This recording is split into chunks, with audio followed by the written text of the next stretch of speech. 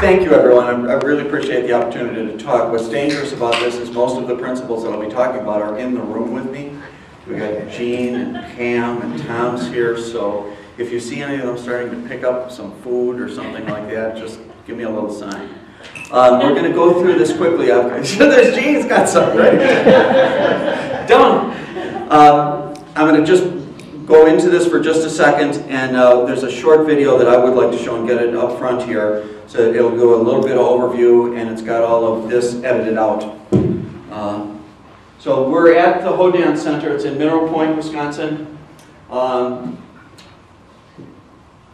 This is their mission statement. There's many, many collaborations that are coming out of this. This is what I really, really like about this. So here's our Economic Development Corporation working with the Hodan Center down there, but we also work with WIBIC is talking next, the Social Development Commission. We just got a really wonderful project that we've got underway with the folks in Milwaukee on this.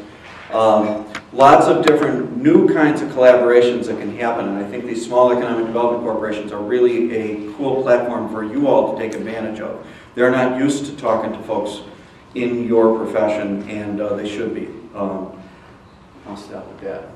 So what preceded the rest of this story is Tom and his team started a food line about 8 years ago. They were looking for revenue, they were looking for jobs for their client employees, and they started with a jam, and that worked, and they started with another jam, and that worked, and then a jelly, and a pickle, and a dry mix ingredient.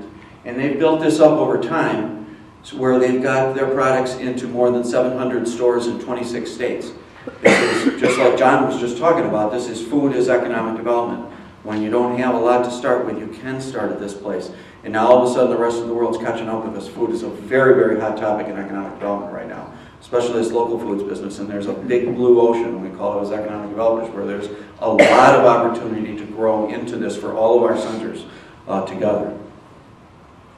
So I'm going to show this short video, maybe with the help of technical friends here. It'll take about 15 minutes. Feel free to wander out for coffee and come on back while this is going on.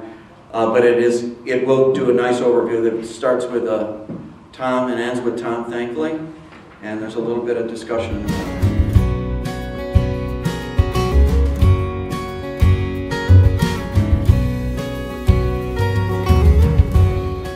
Tom is very grateful that all of this got edited out.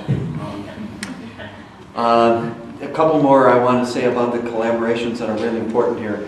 The CAP agencies, Patsy was here a little earlier, and the workforce development boards, all of these people want to come in and make significant contributions into the work they're doing. We're working in the glove with our CAP agency to grow this out down there. So there's a lot of non-traditional pieces of this, the puzzles that can be brought together around this food piece. I'm going to go through what we think of as, let's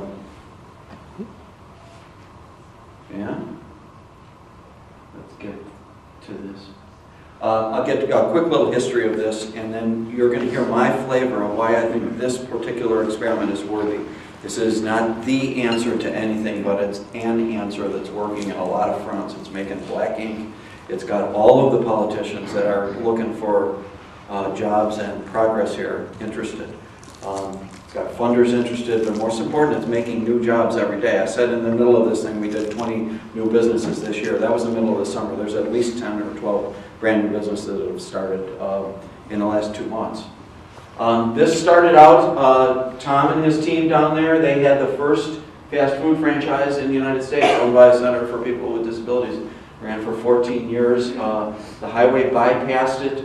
They needed a new format, and they went after this conversion. It was a 3,000 square foot Dairy Queen. Tom and his team raised $1.5 million. They took a 3,000 square foot Dairy Queen and added 7,000 square in the back and made it a modern food processing plant. The grand opening was just over a year ago. That's our good friend Norma cutting the ribbon. She cut the ribbon on the Dairy Queen almost exactly 14 years to the day that she cut it on this one. She comes into work almost every day. She's in her 80s.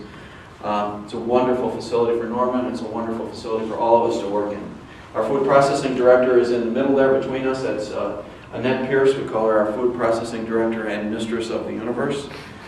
This is a really important person here. This is a paradigm shift, and it's a different kind of a model than incubator kitchens. And I'm going to go into that quickly. We can talk about it when there's time a little bit later.